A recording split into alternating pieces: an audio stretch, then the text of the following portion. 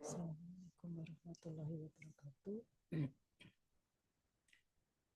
Pada kesempatan kali ini saya akan menyampaikan untuk materi pengantar kimia medisinal. Ya. Jadi pada materi ini outline yang akan disampaikan adalah terkait dengan definisi, kemudian ruang lingkup, keterkaitan dengan bidang ilmu lainnya pada pengembangan obat baru dan peran kimia dalam pengembangan obat. Secara definisi ya, beberapa ahli mendefinisikan sebagai ilmu pengetahuan yang merupakan cabang dari ilmu kimia dan biologi, digunakan untuk memahami, menjelaskan, dan menguraikan mekanisme kerja dari suatu obat. Sebagai dasar pada mata kuliah ini adalah dengan menetapkan hubungan struktur kimia dengan aktivitas biologis obat, kemudian melibatkan perilaku biodinamik melalui sifat fisika dan kereaktifan dari kimia senyawa obat. Sedangkan menurut Ayupek, ilmu pengetahuan yang mempelajari penemuan, pengembangan, identifikasi, dan interpretasi cara kerja senyawa biologis aktif obat pada tingkat molekul.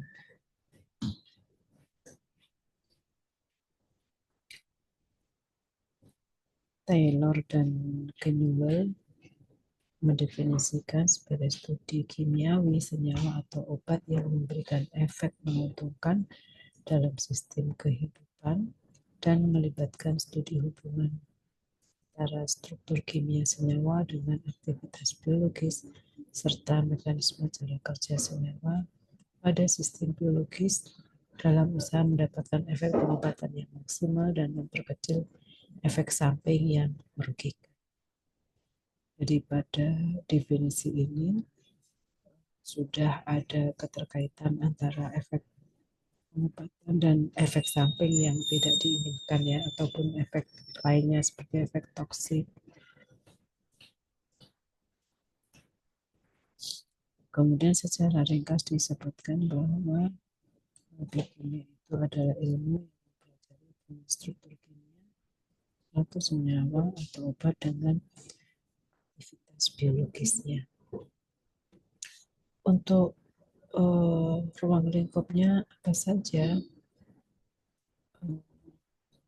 Biokimia, ruang lingkupnya mulai dari isolasi dan identifikasi senyawa aktif dalam tanaman yang secara empirik telah digunakan untuk pengobatan, kemudian sintesis struktur analog dari bentuk dasar senyawa yang mempunyai aktivitas pengobatan potensial, kemudian sintesis struktur induk baru dengan cara sintesis senyawa organik,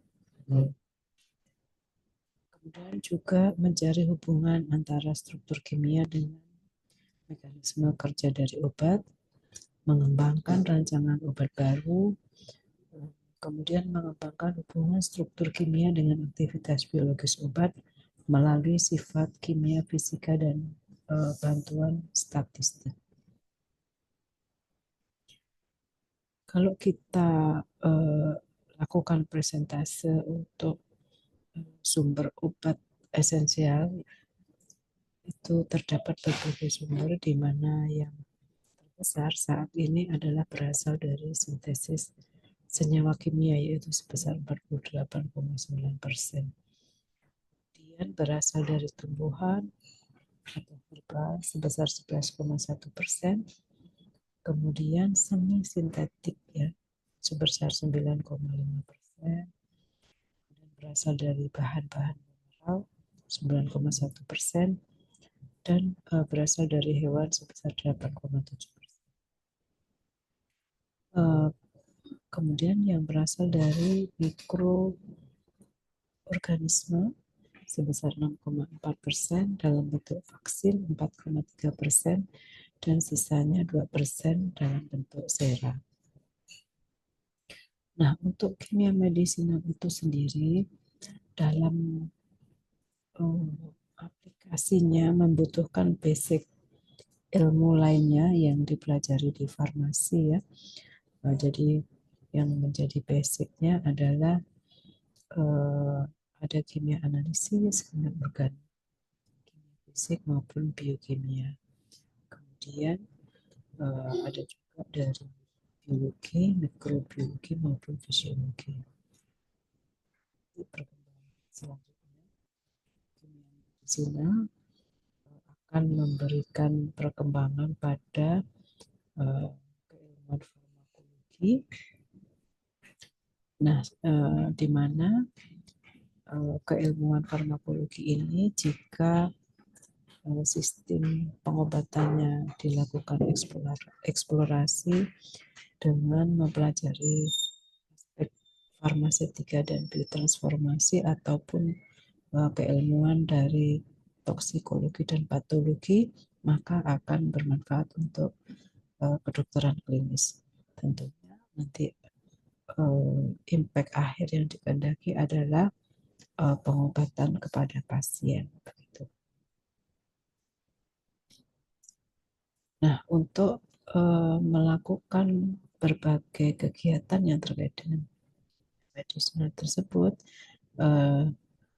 salah satu hal penting yang dipelajari adalah pencarian senyawa aktif, di mana pencarian senyawa aktif ini bisa didasarkan pada pencarian senyawa penuntun, di mana hal ini terkait dengan bahan obat yang bersifat bioaktif, khususnya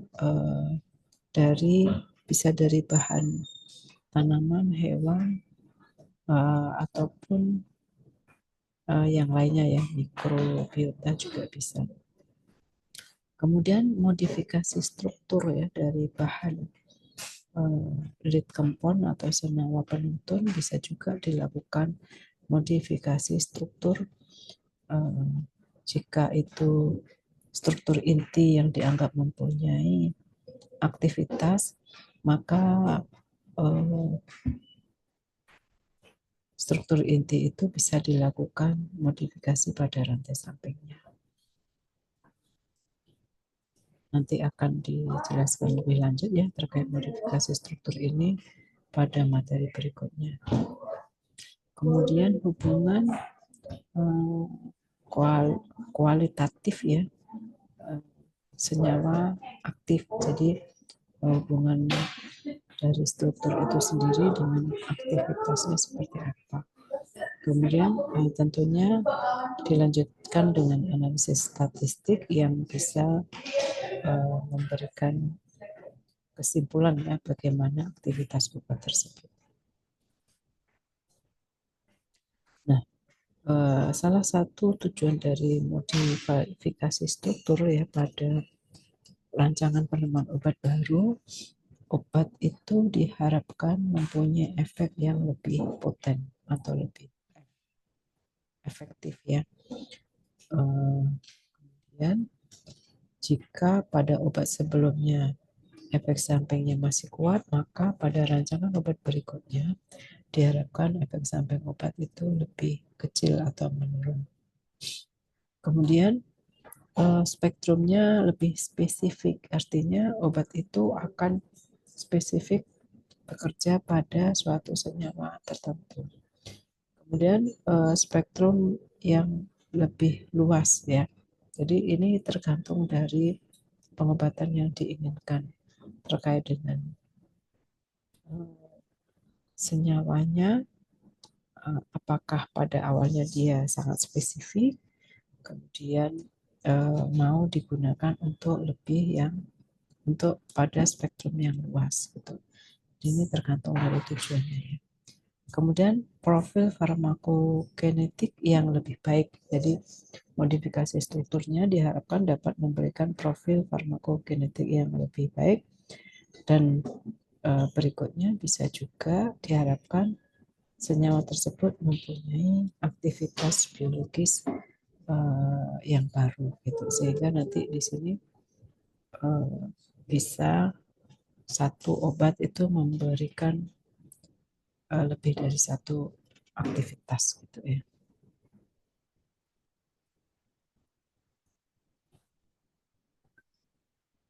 Nah, ini beberapa contoh ya pengembangan obat yang berasal dari struktur golongan sulfa, di mana mempunyai struktur inti seperti pada gambar ya. Kemudian di sini di dalam struktur ini tampak ada simbol R. Nah, R inilah yang dilakukan modifikasi ya, perubahan struktur sehingga membentuk obat-obat baru yang mempunyai aktivitas tertentu ya. Jadi aktivitasnya lebih spesifik ya. Ini sebagai contoh, jika R-nya merupakan atom H, dia adalah sulfanilamid yang berfungsi sebagai antiinfeksi topikal. Kemudian jika R ini diganti dengan COOCH3, maka namanya menjadi sulfacetamid, berfungsi sebagai antiinfeksi mata. Nah, dan seterusnya ya, ada sulfaguanidin untuk infeksi perut, ada trisulfa ya, gabungan ya, ada sulfadiazin, sulfamurazin, dan sulfametazin yang bisa digunakan sebagai antiinfeksi. Kemudian ada sulfa metoxazole, sulfadoxin yang berfungsi sebagai anti-malaria, dan tadi sulfadiazol yang berfungsi sebagai anti-infeksi perut. Nah, contoh lain untuk pemakaian obat luka bakar ya, untuk obat luar ya, luka bakar, ini ada mafenid dengan dilakukannya modifikasi struktur menjadi perak sulfadiazin berguna untuk pengobatan luka bakar. Nah, di dalam kita mempelajari struktur atau aktivitas senyawa obat, itu kita akan pahami beberapa karakteristik senyawa obat yang itu akan bermanfaat untuk memberikan gambaran ya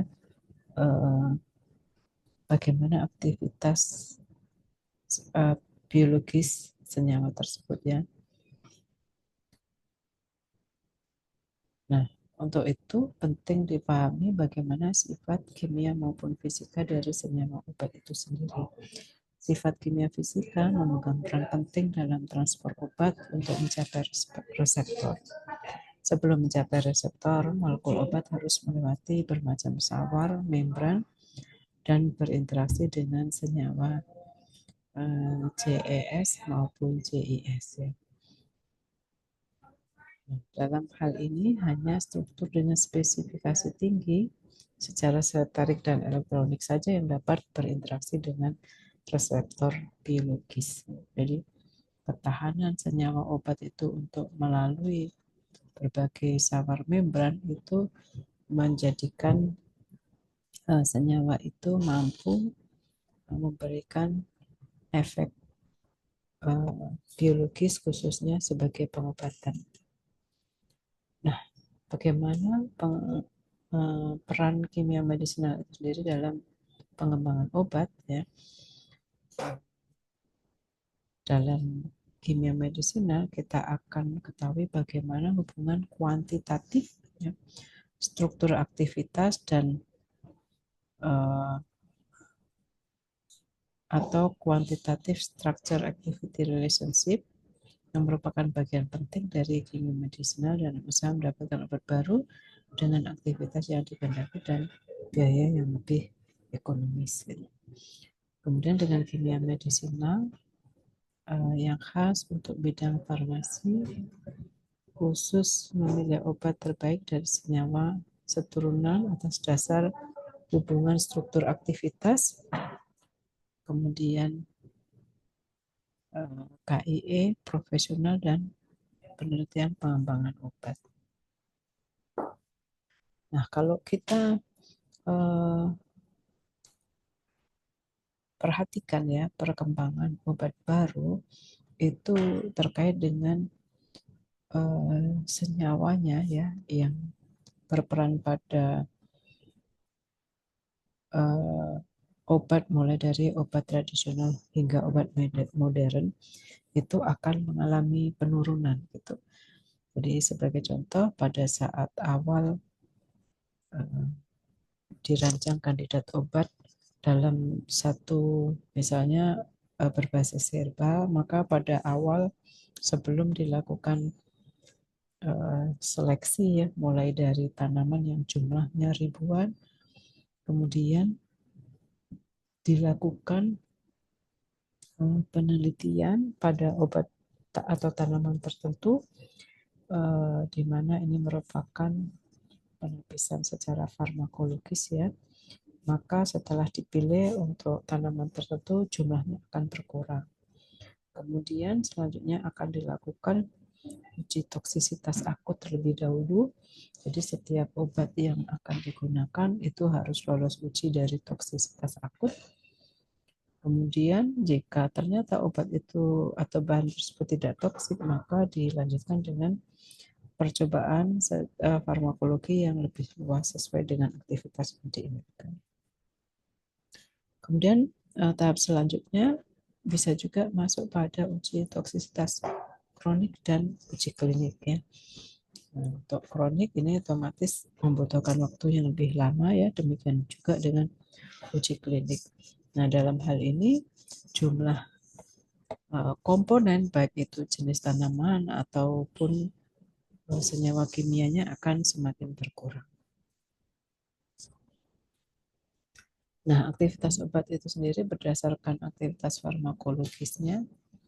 Ada obat berstruktur tidak spesifik ya. Efek biologis berhubungan langsung dengan aktivitas termodinamik. Kemudian efek sama jika aktivitas termodinamika sama walaupun strukturnya berbeda. Nah, kemudian dosis sangat besar jika dibandingkan dengan obat yang spesifik. Contohnya adalah anestetik sistemik ya, bisa menggunakan ether atau kloroform yang secara struktur berbeda ya. Jadi dia strukturnya tidak spesifik, tetapi mempunyai efek anestetik sistemik ya. Kemudian ada insektisida, ada fenol, kresol, resorcinol. Nah, ini sama dalam hal sebagai jenis alkohol, tapi struktur komponen utamanya belum tentu sama. Kemudian untuk obat yang berstruktur spesifik, karakteristiknya kadarnya rendah, sifat fisika kimia berperan dalam aktivitas biologi, memiliki struktur dasar yang bertanggung jawab terhadap aktivitas biologis. Perubahan struktur sedikit saja menyebabkan perubahan aktivitas yang drastis. Contohnya adalah senyawa kolinergik, turunan fenilamin, anti kanker, dan turunan pirimidin.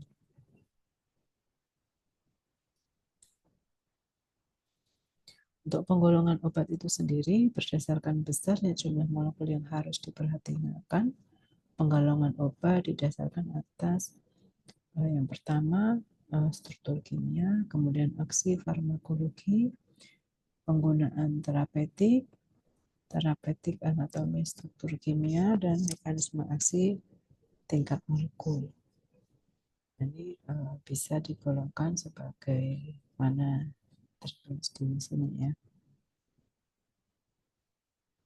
Tetapi ada penggolongan lain ya dari annual report in medicinal chemistry ya, dikelompokkan menjadi obat susunan saraf pusat atau psikofarmasetik, di mana pada golongan ini ada antipsikosis, anti Parkinson, sedatif hipnotik, stimulan, dan Alzheimer.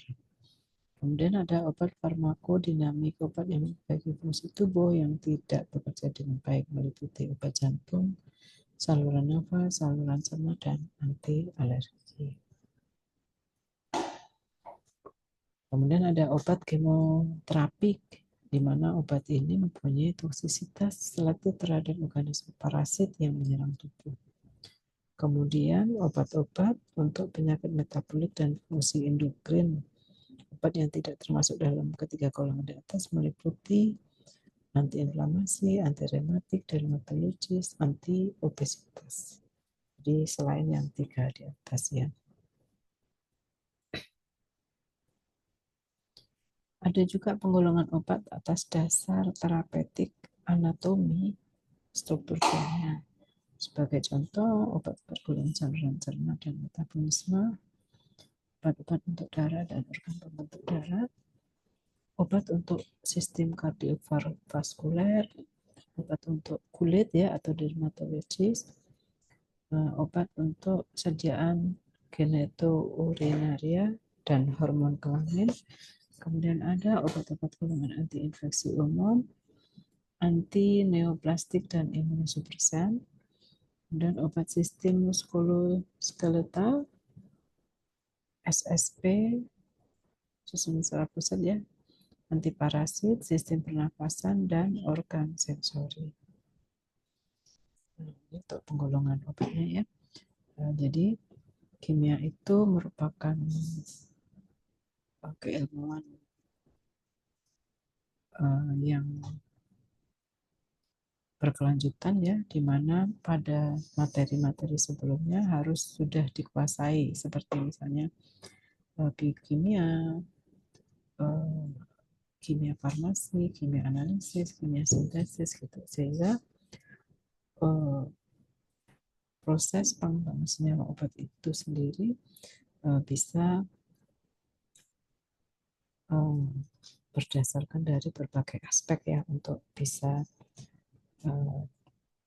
dilakukan pengembangan obat, sehingga nanti tidak banyak menimbulkan permasalahan jika obat itu memang bisa dilakukan produksi sebagai terapi. Mungkin untuk materi kali ini saya cukupkan. Terima kasih atas perhatiannya. Assalamualaikum warahmatullahi wabarakatuh.